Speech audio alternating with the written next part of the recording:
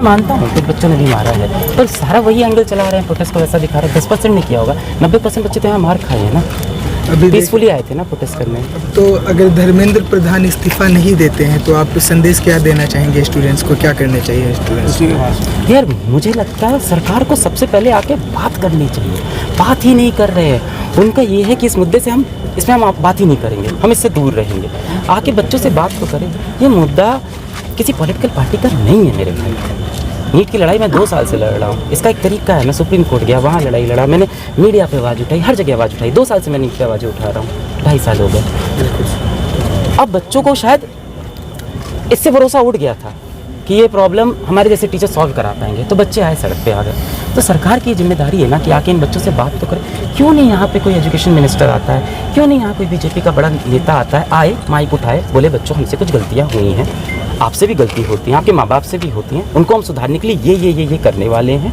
आप पे जिन जिन पुलिस वालों ने हाथ उठाया है उन सबको हम जेल में डालेंगे, जिन गुंडों ने आप पे हाथ उठाया है उनको हम जेल में डालेंगे।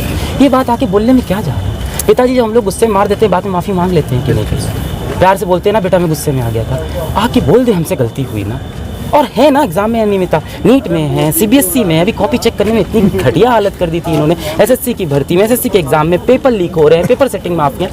शिक्षा में जो पिछले 10 साल से चल रहा था ना, उसकी आवाज़ें हम जैसे टीचर बहुत समय से उठाए, कोर्ट तक लेके गए।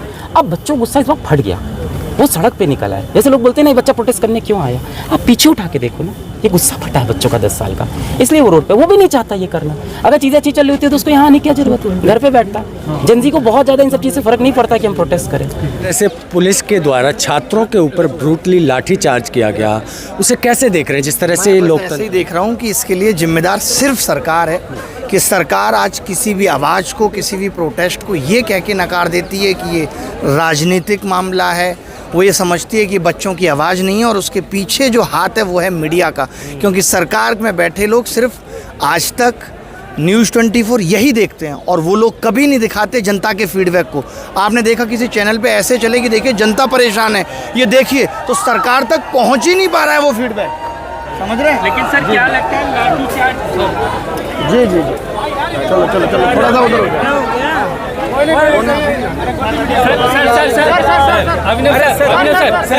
क्या लगता है लाठीचार्ज के बाद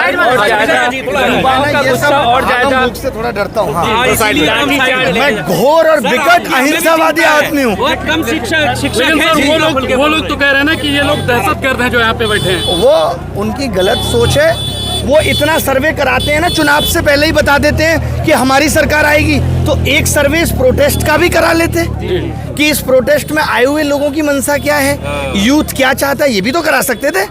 आपके पास तो बड़ी बड़ी एजेंसियां हैं, आप एजेंसियों से सर्वे करा लेते। ये कह देना कि नहीं ये राजनीतिक पार्टियों ने आंदोलन बना दिया, तो आज के युवा को आप इतना बेवकूफ़ मत समझिए जो उसे कोई राजनेता बोलेगा और भाग के चला आएगा। आपको तो उसने जिताया है, आप पे भरोसा नहीं कर रहा, तो जो विपक्ष में बैठे हैं उन पे कैसे कर लेगा? तो लेकिन इनको तो एंटी नेशनल बताया जा रहा है ना। ये हर बात को, ये विदेशी फंडिंग हो रही है, को दमन कर देना, ये कहना, इनकी फंडिंग की जांच सबसे पहले होनी चाहिए। इनको हो रही है असली, लेकिन सर विदेशी फंडिंग तो सिंह बोल रहे हैं आज के जिस तरह से कि इस आंदोलन को बच्चों को नेता जो विपक्ष के नेता हैं वो बरगला रहे हैं, उनको भड़का रहे हैं। नहीं तो मौका किसने दिया है? विपक्ष को बोलने का मौका किसने दिया है? 25 दिन से आंदोलन चल रहा था, तब तो नेता नहीं बोल रहे थे ना। आंदोलन को तो 25-30 दिन हो गए चलते हुए, तो सरकार को तब से सुध क्यों नहीं आई? आज 2 नेता सोनम वांगचुक से हॉस्पिटल में मिलने पहुंच गए, यहाँ मिलने चले आते, कितना अच्छा मैसेज जाता। तो जब आपको अब लग रहा है कि नहीं बात बड़ी हो गई है और आपको अभी भी अपने ईगो को ऊपर रखना है, तो आप कह रहे हैं नहीं आंदोलन में सच्चाई नहीं है।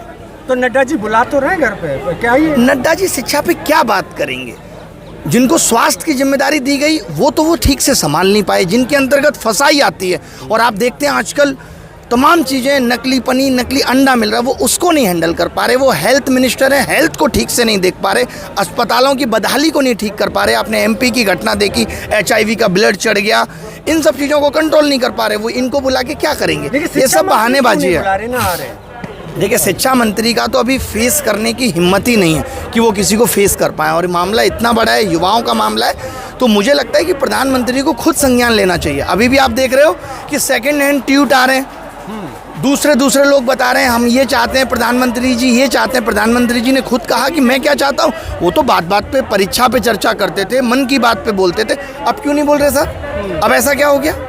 लेकिन विपक्ष आवाज उठा रहा था, उसको भी कल यार विपक्ष का काम ही यही है। आप बताओ, जब आप वोट डालते हो, आपने वोट डाला, इन्होंने वोट डाला, एक वोट से सत्ता बनेगी, एक वोट विपक्ष को जाएगा। विपक्ष ऐसा नहीं है ना, किसी को भी उठा के विपक्ष बना दिया जाता है। विपक्ष भी उन लोगों की आवाज़ है, बस वो बहुमत नहीं हासिल कर पाया था।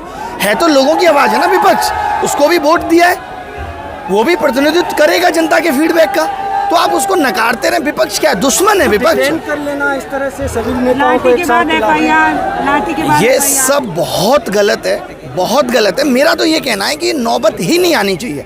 और मैं नहीं मानता कि पुलिसकर्मियों की दोषी है। सरकार जो ऊपर से आदेश करती है वो पालन करते हैं, उनकी जिम्मेदारी है, उनका बॉस है, तो वो जैसा कहेगा वो करेंगे। लेकिन एक सवाल बंद कर दिए गए हैं आस पड़ोस के। ये डर दिखाता है सरकार का। सरकार को अब ये है कि आंदोलन बड़ा ना हो जाए। इन्होंने ऐसी ईगो पाल लिया कि नहीं हम शिक्षा मंत्री को नहीं हटा सकते। क्यों नहीं हटा सकते? वजह क्या है भाई? लेकिन सर ये तो और ज़्यादा खतरनाक बात है कि अगर नहीं हटाया तो आगे आने वाले वक्त में क्या होगा। या तो सरकार ठीक से पेपर लीक को समझ नहीं पा रही कि पेपर लीक हो क्यों रहा है। लेकिन सर वो तो कहते हैं ना कि हमारे यहाँ इस्तीफे जैसी कोई प्रथा ही नहीं। अरे उनके कहने से थोड़ी हो जाएगा। अभी कहते हैं, और अभी आज क्या लिख रहे हैं राजनाथ साहब ट्वीट पे, हम तो तैयार हैं कि पेपर लीक पे चर्चा करें संसद में। इनको शर्म नहीं आ रही? पेपर लीक जैसे विषयों पे शर्म आने की बात है, चर्चा की बात नहीं है। पेपर लीक कोई देश के लिए नीति नहीं बन रही है कि संसद में चर्चा होगी। पेपर लीक इस देश की दीमक है, और दीमक पे आप चर्चा करेंगे संसद में और एहसान दिखाएंगे हम संसद में चर्चा कर तो रहे। एहसान है बहुत बड़ा। ये तो बोलना चाहिए संसद में चर्चा का विषय नहीं है। इसको हम अकेले विपक्ष के साथ बैठ के मिल के सोल्यूशन निकालते हैं और सबसे पहले शिक्षा मंत्री को हटा देते हैं, क्योंकि लोगों की आवाज़ है। सर आप एक शिक्षक हैं, सर आप एक शिक्षक हैं, क्या सुझाव सरकार को देना चाहेंगे? मैं तो यही कहूँगा कि सरकार को शिक्षा मंत्री को हटाना चाहिए। और पेपर लीक में ये आश्वासन से काम नहीं चलेगा कि जिन लोगों ने किया उनको सजा दे देंगे। क्यों हुआ ये पेपर लीक, हो क्यों रहा है? और आप खुद भी कहते हैं कि बहुत पहले से होता आ रहा है।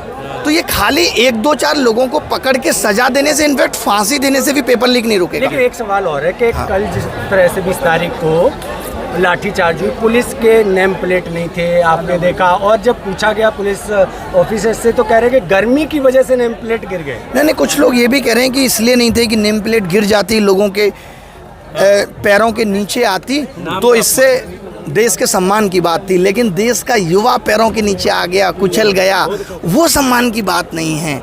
उससे दुख नहीं हुआ किसी को, उसकी चिंता किसी को नहीं है।